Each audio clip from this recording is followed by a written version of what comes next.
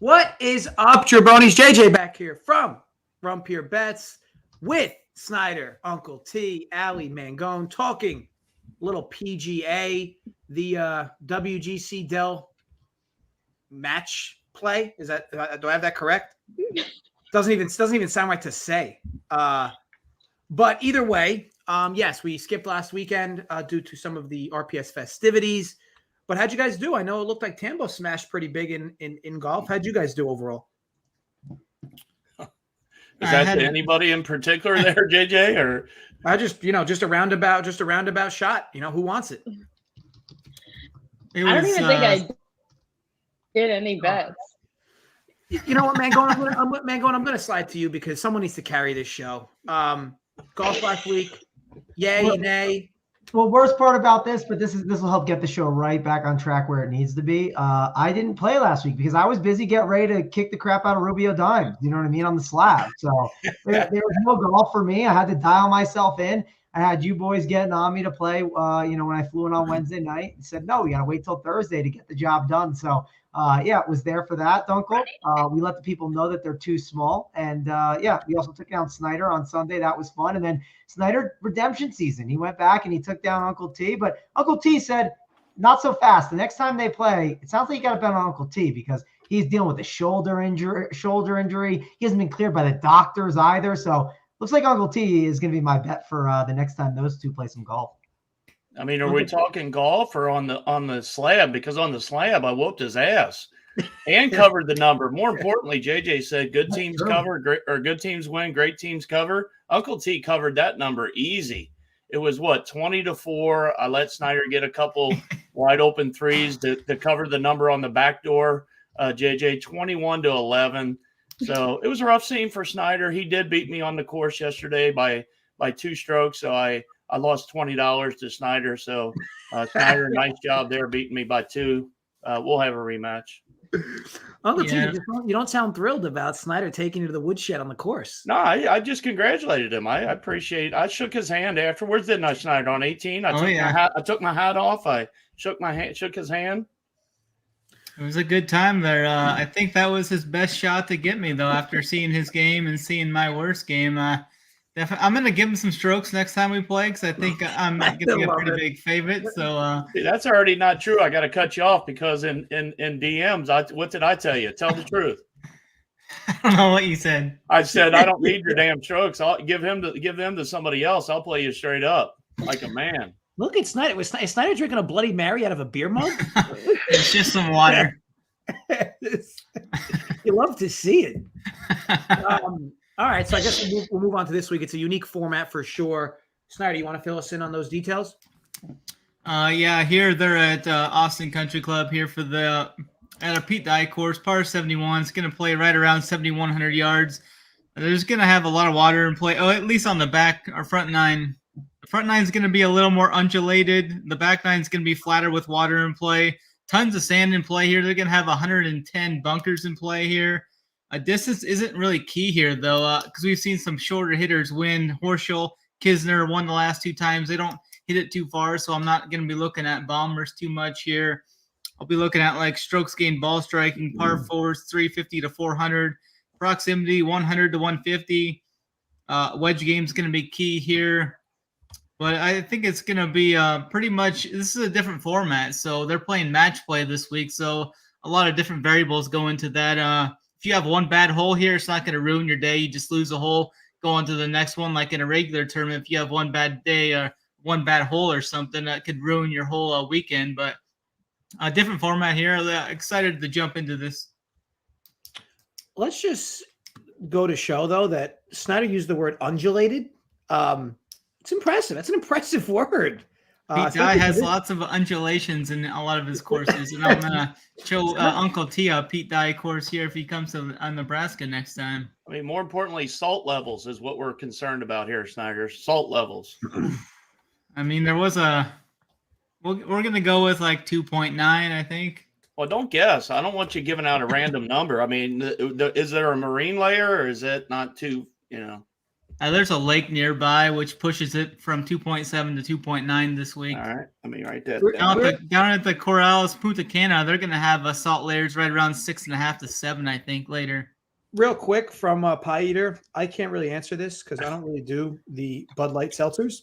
Mangone, you always strike me as a Bud Light seltzer guy. Wow, it's kind of hurtful. First of all, the Bud Light seltzers are great. They're definitely a good time. I'm in on them. I'm in. What is Snyder drinking? I heard you talk about that before. That is not water. What is that? That is a Bloody Mary in flavored a water. No, I had about 75 high noons at Uncle T, Big T with all you guys. I'll take the under. I gotta be. I'll take the under on 75. Definitely. But yeah, I'll take the under on drinks for Mangone and Uncle T together at like 4 for the weekend. You'll win that one. Yeah, that's a winner right there. And actually, no, well, 4's not. Friday was a good night for me. I had a lot of about that. But the other days, yes, you are correct. Definitely was lower on that. But yeah, it was a fun weekend. And I don't know, Allie, you got anything to say? Is your internet working? I hope it's working. I feel like I've been silenced the whole time, but Allie, I'm going to silence you real quick. Do you remember how you said Uncle T likes you more than me? Do you remember that? Yes. That's incorrect. You know why? Uncle T, Why? where did you buy Mangone? Smarties. They're right here from Uncle T. Personal favorite. All So right. Allie, sit back down until you become Uncle T's favorite. I mean, Mangone does bring up a good point. Now, Wednesday, when most of the crew got there, I will say, to take a quick step back, not to get too far down the rabbit hole here, but I did bring a box of candy cigarettes. That's a whole case for you guys there. 24 of them. We went through 4 packs the first day. The next time I saw that box, there was 3 boxes left. And I don't know who ate them all, but I know 2 of the people are on this show, and I won't mention them, but they said there was 3 packs left. So, and then I did give Mangone a nice little gift of a bag of Smarties. I thought that was very nice of me. That was extremely nice of you, Uncle T. And I did 2 of the candy cigarettes myself. Yeah, somebody was holding out on the candy cigs. Not going to mention we were names. holding out from you. You were just slamming them down. All right. So you know what? Based on Allie feeling like she's been a bit avoided, we could start with you. So as far as I guess tournament winner, maybe. Who do you like, or is that not what you have? What do you have? Who do I have? Yeah, like what do you? I mean, you have a write-up, right? Allie on the show. So no, you were breaking up because the audio is terrible today. But I have a hot take of my winner. I think Patrick Cantlay is gonna get it done for us. Patrick Cantlay is always allowed to be said on this show because he's a fan fave of the show. We actually all love collectively Patrick Cantlay. I will say this: is this a course that requires like you to score, like birdies and such, or just out your putting is? I feel like putting is key here because Cantlay does not put up big numbers. Cantlay's good seemingly at a lot of these courses that don't require big scores, but in terms of in a matchup play where he has to just do better than his competition, how can you not like him? Awesome, Allie. As far as matchups, you like who he's going up against as well? I assume, considering you like him to win it all.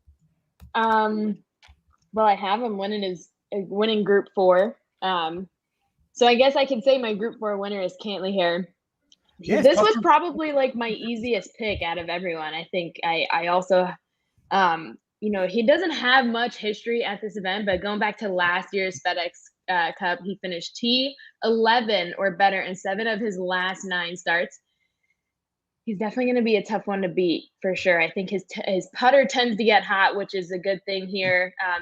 He's also gained 1.83 strokes per round over his last 50. So I feel like that's a key stat that kind of swayed me there too. Love it. Love it. So I guess we'll stick with that format. Snyder, on your end, who do you like to win this all? And presumably, obviously, win their initial group. Yeah, I like Xander Schauffele to take it down here. I think this is one of those type of events where he wins. He hasn't won an event in a couple of years, but he has won a couple, or at least one of these WGCs. It's kind of a weird event. I think this is one that he could take down. I really like his opening pod. I think that's the softest grouping in the whole tournament, so I think he can get to that next level fast. And I'm not worried about either of Oosthuizen, Casey, Connors, Norn. I do like Norn to get out of his group, but I'm not too scared of him going forward. And I think he's got the easiest bracket of anyone to get to the Final Four. So I'm going to be on Xander Schauffele at 20-1. Love it. Love it. And he's plus 125 to come out of Group 7. Uncle T, over to you. Who do you like to come out of the first round matchup? Yeah, no surprise that Snyder takes the highest owned guy. Xander Schauffele is his winner. What a donkey pick, but hey, good pick. It could happen, Snyder. We're gonna have to slide in. I know I got a lot of Snyder bucks last couple weeks. I'm gonna let you get some of them back this week. So I'm always equal opportunity. I'll give them right back to you. But for my winner, I'm going into group number. Where is it? Group number 8. I'm taking Dustin Johnson to win this match play. He's 20-1 overall to win it. And I really like him in that top group. I think John Rahm's going to get knocked off either in the first group or the second group or first round or the second round, however you want to word it. But like DJ to win it, JJ, 20-1. You have Dustin Johnson winning this whole thing? That's kind of what I said there, Ellie. Yes, ma'am. Light him up here. You know what? I'm getting bits and pieces of audio here, so bear with me.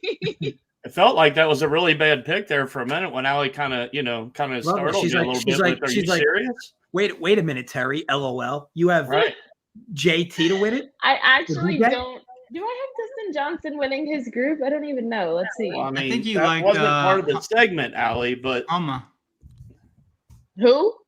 I thought you said you liked Max Homa. Nothing wrong with Homa.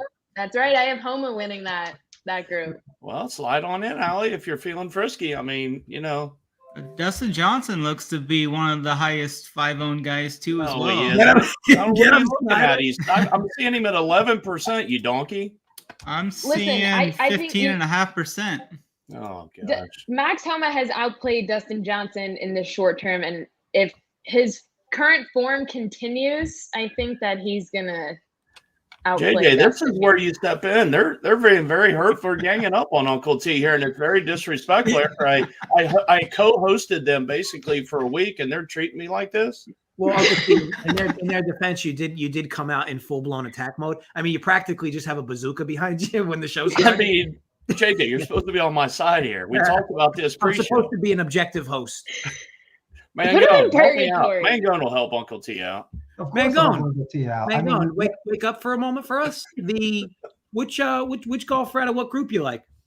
All right, so this is so out of which group are you talking? Which one wins also? Because you asked 2 questions. So I presume who you like to win it all will win their group. So I guess we could start there. Who wins it all? Correct, but I think there's a big difference. I think there's some groups that are weaker. There's some that are weaker. Allie, it's not your turn, okay? I just don't like this setup right now. It's not your turn to talk, so let's settle down over there. I think I'm going to give you 2. I'm going to stay on brand and be off brand, JJ. How's that sound? I like Louis Oosthuizen to win this thing at 30-1. Now, he has a really difficult early on group, but when Small P and Morikawa can't make it through when that bottom group too is not a great one, I just like if he can get past that first round where it's going to be a little difficult, I think he can kind of make his way through and have a really good stretch at 30-1. So he's a guy that I like. I'm taking there. But my favorite guy to win from his group, it's Adam Scott. I don't like that Jordan Spieth bracket. I think Adam Scott can get the job done there. He's been playing some really good golf. So yeah, that's going to be the guy that I have as my favorite, to win his group bet. But Louis Oosthuizen at 31 is my 30-1 is my favorite guy to win the whole thing. That was good, Mangone. I like that. It was, you approached the question, with rationale. That was a really good piece from you. Keep it good work. You'll love to see it. Can I ask a question here? Or who's the question to, Allie? Everybody. So okay. I might be taking over your job right now, but I just want to know everyone's winner in Group 1. Wait, so who won Group 1? No, I want to know everyone's pick for Group 1. I've got Cam Young. I got your favorite guy, John Rahm. Yeah, I'm on. No, I feel like this might surprise everyone, but I'm on John Rahm too. You love to see it. That's got. But I don't have him advancing after that, so. So I guess from a formatting standpoint, so obviously you guys picked who you liked for your favorite groups. Uncle T, you mentioned about the quads. Is there any way you could start that on your end? Yeah. Do you want to just do just the guy we got coming out, and then maybe a longer shot in each pod or each? That's fine. That'll work. Yeah. So in the top left, if you go in the group 1, 16, 9, and 8, as I've got DirecTV calling me. Hang on just a second. I'm trying to pay my bill. They called you on Friday when we were playing poker too. Yeah, well, they're trying to get more money out of me, Mangone. They always try to sift money out of Uncle T. It's ridiculous. Send them to Snyder. He owes you bucks. For my winner in the top left bracket is going to be Dustin Johnson. Obviously, I've got him winning it. A long shot in the top left, quadrant, if you want to call it that, is going to be Eric Van Rooyen. $6,500 on DK. I will have a lot of him, and he's one of my favorite guys under 7K this week as far as putting your DFS lineups. And one thing, probably before we go too much further, I know this is a bet show, but we also talk about some DFS angles on this show. In DFS, you want to make sure you got guys that aren't in the same pods on your team. So basically, you don't want to put like John Rahm and Cam Young together, or Bryson and Taylor Gooch together, obviously. So that is one thing to kind of keep in mind as you're building your DFS teams. But for purposes of this segment, we're going to go DJ is my top guy, and Eric Van Rooyen is my long shot to come out of this quadrant. Love it. Love it. Snyder, we'll go to you with a similar format. Maybe you could tackle the top right, maybe, if it's not too much to ask of you, Mitch. Yeah, I can run through that top right one. With the Morikawa, Kokrak, Sergio, McIntyre. I think Sergio Garcia is going to be one of the more popular plays this week. He's got a good price tag. A lot of people are gravitating towards him because Morikawa hasn't been playing that good. Kokrak's not in good form either, and McIntyre's pretty bad here. Sergio's got a really good recent form here too. 5th, 9th, and he's 41-32 in match play. So he's got a lot of match play history under his belt. So I think the majority of people are going to go to Sergio. I think Morikawa will be very low owned in the DFS trades. I'll probably play a little of both, but I'm not going to have a lot of either because I like some of these other guys going forward. I like Brian Harman in the group below him. I like Xander in the bottom of that bracket. I like going to either like a Casey or Usti. I'm not sure how it's going to fit. I think Alexander Noren's actually going to win that bracket, so I'm gonna have quite a bit of him. I'm trying to find his price here. JJ, we wanted a winner and a long shot. He just rambled for 3 minutes. There's like 12 guys. It's literally like 13 names mentioned. He's like, I like Xander. I like just Noren. Going through that whole top right bracket. Listen. He's like, I think Morikawa was worth a look. I'm not going to have that much of him, but I think he's going to come in at like 5%. No one's going to play him. Like Sergio is a guy that might approach like 20% ownership. It sounds everybody's talking him up. I've listened to a few shows coming back from St. Louis today.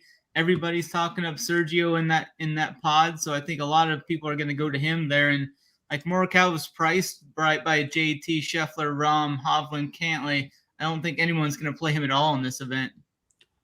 So, out of the top right bracket, who specifically do you like to come out? Brian Harman. I guess it's got to be Xander, right? Is Xander in there? Xander's, yeah, he's in that in the whole thing. There's 16 guys in that top right. Snyder is struggling bad. How many Red Bulls did you have? I'm not sure what you're even asking. I mean, you're asking for like just the first four. Snyder, the whole upper right quadrant. We want a winner out of that whole group of 16 and a long shot. 1 and 1. Xander Schauffele. Thank you. That was excellent. That was one of Snyder's better segments. That was excellent. Snyder like Xander to win and other people to come out of his region.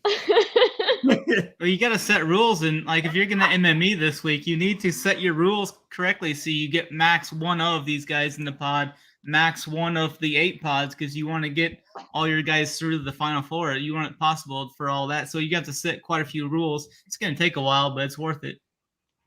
All right, Allie, on the bottom, which side you want, the left or the right? I'm gonna do the right side. Okay. So let's go with group 3 here. I'll start off. Hovland, Zalatoris. Is that triangle? Oh, And Straka. Triangle, you love it. I got to assume it's got to be Hovland, right? You're a big Hovland fan. No. So let me get into it. So I think I'm really excited to see Hovland and Willie Z, two elite ball strikers here. Hovland struggles with chipping though. Willie Z struggles with the putting, but I think this format will allow Hovland to shake off any potential hiccups with the chipping. However, I'm gonna take Sepp Straka in this. He's coming into this tournament playing the best golf of his life. He won the Honda Classic, finished 9th at the Players Championship, and he's been lights out with the putter over his last 4 tournaments. So I'm going to take Straka here. That was a complete plot twist. I mean, am I right, guy? What the hell just happened? I mean, just sitting there talking up Hovland and Zalatoris, and then just out of nowhere is like, and that's why I'm going with Sepp Straka at plus 400. Man, please clean up this shit. It's been a disaster from the 3 individuals before you. Whoa, I played by the rules. I said what I said. Bring it home. Bring it home, Travis. How am I confusing now? I'm saying that Hovland struggles with the chipping, Willie Z struggles with the putting, so that's why I'm taking Sepp Straka here. It was an interesting way to land on Straka. It's what makes the show great. Mangone, the most analytical, the most diligent on the show. I expect you to land the plane here. Yeah, we're landing the plane on the whole right side of the bracket. I just want to clarify. I can't keep track because I don't know where all these people are going. It's not you, Dunkel. It's the rest of them. I'm very confused. That's what I've been saying. I think it's one of my best jobs hosting to date. Yeah, I mean, it's the edible hasn't hit. But what about that right side? What should we do here, Dunkel? Is it the full right? So it's bottom left. You're on the left. Oh, all right. Mangone. Bottom left. Well, I mean, on my screen, bottom left is guys you haven't been talking about. So Scheffler through Mitchell. Okay, perfect. That's the one I'm looking at. Good to know. It's good I hear Hovland mentioned and all these other guys. It's good to see Snyder understands the question. All right. Anyway, so one thing I will say is I do think people are going to be scared in that group 5, like the Scheffler, Fitz, Fleetwood, and Poulter, because there's so many good options in that range where I think people are going to be like a little nervous to like take some of those other guys in there. So if you want to take like a long shot in there, then the path gets a little bit cleaner. So that's something to call out. On that side, though, I really do like Patrick Cantlay. He's a guy that I think I'm going to ride out pretty far as one of like the more expensive guys this week. I'm not as excited as like, you know, the Morikawas, the Hovlands. Like, I really do feel good about a guy like Cantlay. So that is going to be my guy from the bottom left region. Awesome. So I guess we'll do the show in complete reverse, and we'll final the show with DFS talk. Uncle T, you've had – well, Allie, before we do DFS, is there something else you wanted to add? No, I mean, I like Mangone's pick there, so. That's congrats. Al just wants some more candy cigarettes. We know it. Yeah. Uncle T, since you've had a lot of DFS information to say, what are your thoughts for a high-priced guy and a low-priced guy? Yeah, I mean, I haven't done any teams yet or built any teams. I've put some different pods together on groupings to kind of get an idea of what I wanted to do. But I do think there's a way that you can jam a couple of these top guys in because there is some value down below. But you got to make sure, like Snyder said earlier, you got to make sure you set some rules on, you know what I mean, like not getting 2 guys from the same pod. I mean, Snyder, was it maybe 10 or 15%? Of the people or it's so. Higher than that. It's going to be probably like 20-25%. Okay. I bet. So maybe a little bit higher, Dunkel, that right away they will have lineups that for the most part are going to be dead because they're going to play 2 or 3 guys from the same groupings, and it's just not the way to do it. You're not going to win that way. So I think first off, you want to make sure you get that done. But as far as DFS, again, just guys that I kind of like. I didn't get to mention anything on the bottom right, but I do like a little bit of a disagreement with Mangone. I don't like disagreeing with Mangone, but I do like Jordan Spieth in this format in the bottom right quadrant, just because in this type of a match play format, so to speak, you're only playing one guy, and a blow-up hole doesn't hurt you. You know, if you lose one hole or, if you hit one out of bounds or whatever it is, you just lose one hole. You're not losing 3 or 4 strokes. So I do think this format, and especially playing here at this course, I do think it kind of favors like guys like him and Scotty Scheffler. So I will say that, but value guys I like from a DFS standpoint, I like Keith Mitchell at 7,000. He's one of my favorite guys. And then obviously here, this one is going to make Hallie very happy. Tom Hoagie, 6,800. Those are two of my favorite value plays in addition to EVR that I mentioned earlier, JJ. So those would be my three value plays from a DFS standpoint. I want to let you know, Uncle T, that you were about 15 seconds away from being put on timeout during your segment. I had asked you to name a few DFS golfers, and your first minute and a half was you talking about, I don't even know what the hell you were talking about. Well, I was trying to help the people construct their lineups, JJ. I was trying to help the people out. So you know what it is? Maybe it's me. I'm in a bad mood because of this show. So maybe that's more me. I'll take accountability there. Allie, go ahead. I was just gonna say I have Tom Hoagie winning Group 12. Let's go. Love it. You love to see it. Allie and Uncle T back arm in arm. You love to see it. Snyder, we'll go to you for your favorite DFS plays. Who are they? I'm going to go. I think Russell Henley is going to be pretty popular. I'm still going to go to him in some. He's like the cheapest favorite on the whole slate. He's plus 220 now. He's now the favorite in that group, and he's sub 8K. So I like going to him. And I like going to Kevin and Kisner. He's at 7.6K too. He's in that region with Justin Thomas. But Kevin Kisner's 16 matches won here since they moved to Austin. Kevin Kisner loves these match play type of formats. He loves the way this course is set up too. So I'm going to go to Kisner and Russell Henley for a couple of DFS plays. Cool. Mangone, on your end, two DFS folks. Yeah, so one thing I want to mention to go back to what Uncle T was saying. Uncle T, don't say I never defend you, but like I like his Jordan Spieth idea because of like the upside that he can have. The reason why I picked Scott in the matchup is I think he's more of like that safer guy that I don't think he's going to win this whole thing, but I do think that these studs at the top, like if you look at that exact region, and a lot of the time you're just trying to find the golfer. Like it sounds simple, but you're trying to find the golfer that like is in a region that's just not as great. And if you look at who Spieth is with, it's Spieth, Scott, Rose, and Keegan. And I'm very good on fading Rose and Keegan a ton, where then all I have to do is get through like this stud of Spieth, and compared to some of these other guys at the top, like it's just an easier path for me. So that's something that I'm looking for sure. And speaking of easier paths, Russell Henley, I really like him in DFS a ton. His path is Neiman, and then McNeely. And then in Group 3, it's Hovland, Zalatoris, Tringali, and Straka. And I do agree with what Ali said. I think Straka can sneak out of that group, but I do really like the idea of Henley fighting and getting past the first two rounds.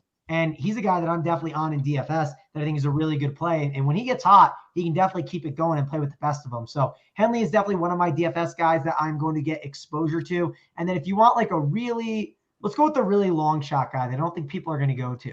Everyone is going to Sergio Garcia in that one bracket, right? So if we can find a way to cancel out Sergio Garcia, how can we do it? Well, we talked about how Morikawa, he has a small noodle, so he's terrible now. Kokrak, not a guy that I really want to go to. But what about my boy that JJ said he's never heard of, Bobby McIntyre? You can call him Roberto if you'd like as well. He's a European guy. They're good in these formats. I think he's a very sneaky, cheap guy that could even ship this entire thing, Dunkel. He's playing to try and win and get on tour. Shipping this gets you invites to places. Getting really far in this, that gets you those last-second invites to tournaments where you get to keep grinding and getting your card. So give me Roberto McIntyre as one of my really cheap DFS value plays. You know, it wasn't long ago when I thought for a really small second that Mangone was going to save this show, like he was going to be the one who came on, on the plane late or on the white horse late to save it.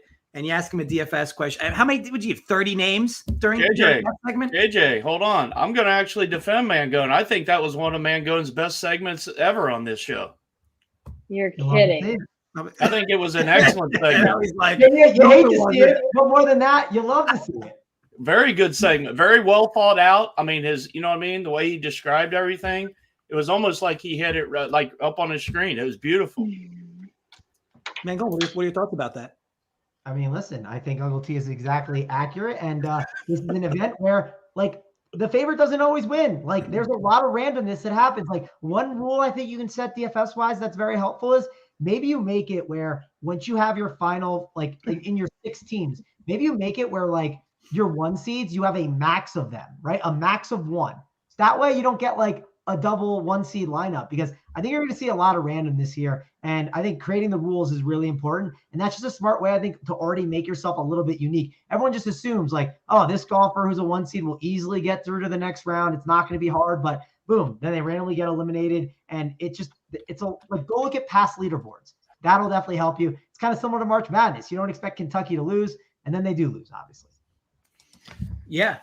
Uncle T, that was a little hurtful for Mangone to use that reference, just like that. I will say, as I was saying it, I realized what I was doing. With Uncle T, I felt bad. I did not need to do that. I'm okay with it. I deserve it. Okay, so I guess last but not least, we'll do some brief final notes. Snyder, I'll start with you. You've been, who I would say at this point in the show, the most efficient, outside of you not understanding the question. But again, there was so much bullshit that I had to sift through on this show that you actually came out on top or victorious. So yeah, any final notes? Yeah, I'm just going to be looking to attack some of these easier spots that I think are the easiest to get through. When I was driving through Indiana, I threw in like a little $20 parlay there, $20 to win like $4,000. I just picked, I think I had Berger, Xander, Horschel, JT, and Rom to make it to the next, make it out of their pod. That's all they have to do, and it ships over a little 4K spot. So hopefully that can hit, but complete lottery ticket, because we are going to see a lot of upsets here, but just $20. So having fun with that. But I love it. Uncle T goes, that's all they have to do. I mean, he takes $20 off of me on the golf course, and that's how you're going to use Uncle T's $20. You might as well just lit it on fire, Snyder. Warp it right into $4,000, Uncle T. Yeah, it's like, and then he told us easy money, Uncle T.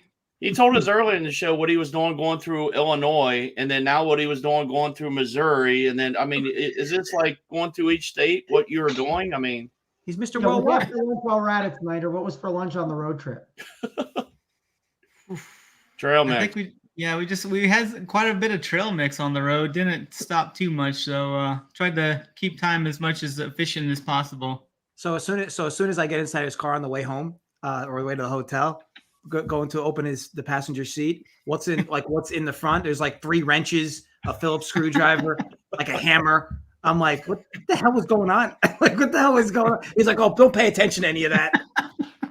I didn't have any of that in my car, Dunkel, when I picked you up. Who keeps that in the shotgun seat? Unless they're actively. Wait, did you just say you picked Dunkel up from the airport? No, you didn't hear that correctly, Allie. Incorrect. I picked him up from the hotel the one day to take him to lunch. That's what I do. Allie, this is why I have Smarties and you don't. Listen, that's correct. Allie's got to learn to be nice to Uncle T. Correct. I texted Uncle T when I landed, and he's like, nah, I can't come for you. Terrible. I mean, it was during basketball. What do you want me to do? But no, I wasn't giving that treatment either, Allie. So that's fine. Only a few select VIP members got picked up from the airport. Maybe next year. Yeah, maybe. Yeah, correct. Mangone, you look thrilled. Anything from you on the final notes?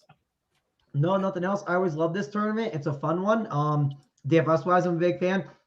And there's tons of bets you can make throughout the tournament, right? It's like the matchups change. So be sure to check it all out on Run Pure Sports and Run Pure Bets. I'm sure we'll have the showdown content as well. So check it all out. We already had a premium show about it where they went way over time. They cut into the NBA show, which was very hurtful, but they brought a lot of winners. So check that out on the premium side.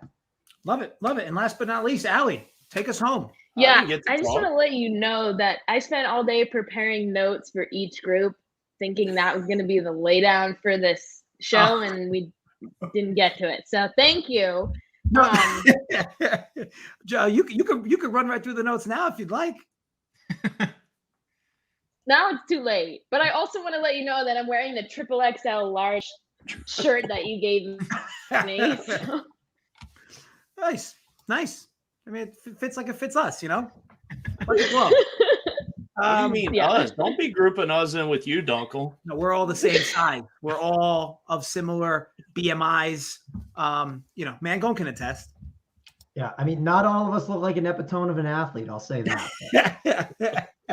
Epitome. I tell you what, the big words flying today, Uncle T. What's going on with that? I mean, I'm gonna have to Google these after. Epitome, like it. Okay, Travis. All right, folks, thank you for watching. As always, gamble responsibly. Subscribe both to here and Run Pure Sports if you're not already. And look, as always, run pure. See you guys next week.